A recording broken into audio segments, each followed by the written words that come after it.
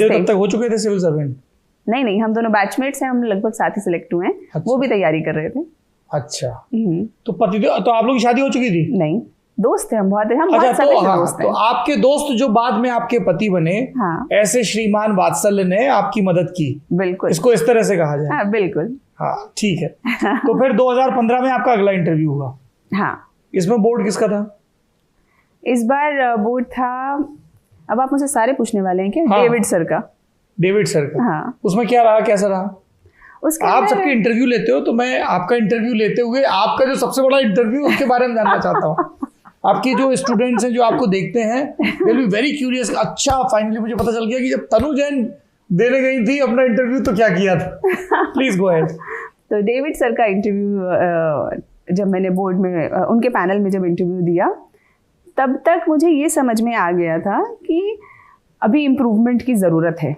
और उस साल जब आप थोड़ा सा पढ़ लेते हैं तो आपको अपनी कमियां और अच्छे से नज़र आने लगती हैं। लेकिन उन कमियों को कैसे ठीक किया जाए, उतना मुझे उस समय ये समझ नहीं आ रही थी। तब तक मैं वात्सल्य से मिली नहीं थी।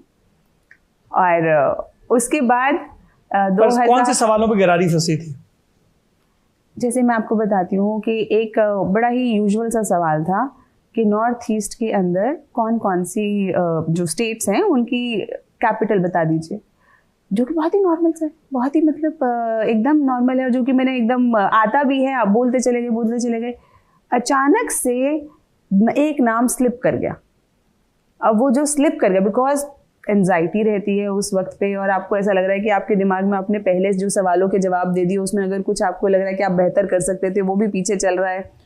तो बहुत सारी चीज़ों के साथ वो नाम स्लिप कर गया, और वो यहाँ तक था, वो यहाँ तक बार बार नाम आ रहा था, लेकिन याद नहीं आ रहा था कि अरुणाचल प्रदेश की कैपिटल ईटानगर है।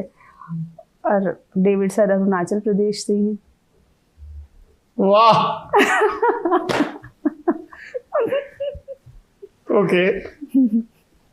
ये हाईलाइट था उस इंटरव्यू का, कह सकते हैं। तो कह ही दिया। फिर तीसरा इंटरव्यू डेविड सर अगेन। तो ऐसा नहीं होगा आप घर बैठे आ रहे, तुम तो पिछले साल भी आई थी, वैसा कुछ होता है क्या? नहीं, मुझे नहीं लगता उन्हें याद रहा होगा, और अगर रहा भी होगा तो वो ऐसा शो नहीं करते, क्योंकि पैनलिस्ट एक तरीके की गरिमा मेंटेन करके रखते हैं।